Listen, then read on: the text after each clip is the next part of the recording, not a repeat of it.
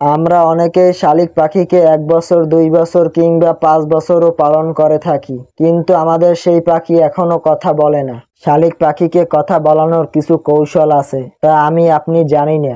চলুন আজকে আমরা শালিক পাখিকে কথা বলানোর কিছু কৌশল জেনে আসি। শালিক পাখিকে পোষ মানানো বেশ ধৈর্য ও ভালোবাসার কাজ। আপনি পাখিটিকে যতটুকু ভালোবাসা দিবেন, সে ততটুকু ভালোবাসা নিয়ে আপনার সাথে মিশার চেষ্টা করবে এবং আপনার কথা অনুসরণ করবে। তাই আর কথা না বাড়িয়ে মূল ভিডিওতে যাওয়া যাক। আমরা আজকে প্রথমে আলোচনা করব পাখির পরিবেশ নিয়ে।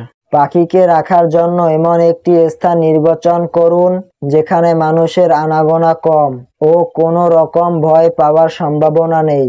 প্রথম দিকে নতুন পরিবেশে পাখি খুবই ভীতু থাকবে। পাখিকে একটি বড় খাঁচায় রাখুন যাতে সে ভিতরে ভালো মতন উঠতে এবং নড়াচড়া করতে পারে। পাখির খাঁচা এবং খাবার ও জলের পাত্র নিয়মিত পরিষ্কার রাখুন। এটি করলে পাখির স্বাস্থ্য ভালো থাকবে এবং সে পরিবেশ মানিয়ে নিতে পারবে। আমরা 2 নম্বরে আলোচনা করব সঠিক খাবার সরবরাহ করুন। শালিক পাখির খাবার: পেঁপে, আপেল, কলা, পোকা, ফড়িং, মশা, ছোট মথ ও সেদ্ধ ভাত এবং পোকামাকড় খেতে পছন্দ করে। এই খাবারগুলো প্রতিদিন নির্দিষ্ট সময়ে দিন। প্রথম দিকে পাখিকে দূরে থেকে খাবার দিন।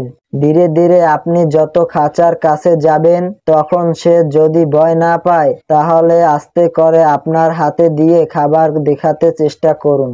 পাখিকে পোষ মানানো একটি ধৈর্যশীলতার প্রক্রিয়া। পাখির প্রতি ধৈর্য এবং সহানুভূতিশীল হন। পাখির সাথে প্রতিদিন কথা বলুন, গান শোনান বা সিম দিন। আপনার কণ্ঠকে তার পরিচিত করার চেষ্টা করুন। শান্ত ও নরম গলায় কথা বলুন।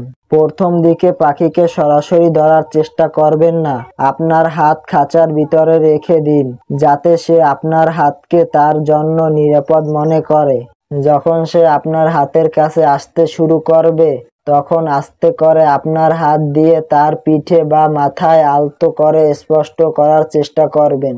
4 নম্বরে আলোচনা করব প্রশিক্ষণ ও খেলাধুলা। আপনি তাকে সহজ কমান্ডার যেমন এসো বা বসো শেখাতে পারে।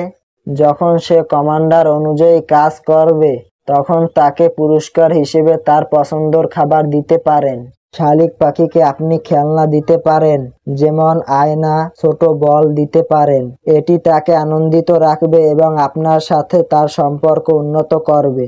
যখন পাখি পুরোপুরি পোষ মেনে যাবে এবং আপনার হাতে এসে বসতে শুরু করবে, তখন মাঝে মাঝে তাকে খাঁচার বাইরে একটি নিরাপদ স্থানে তাকে খেলার জন্য সুযোগ করে দিতে পারেন।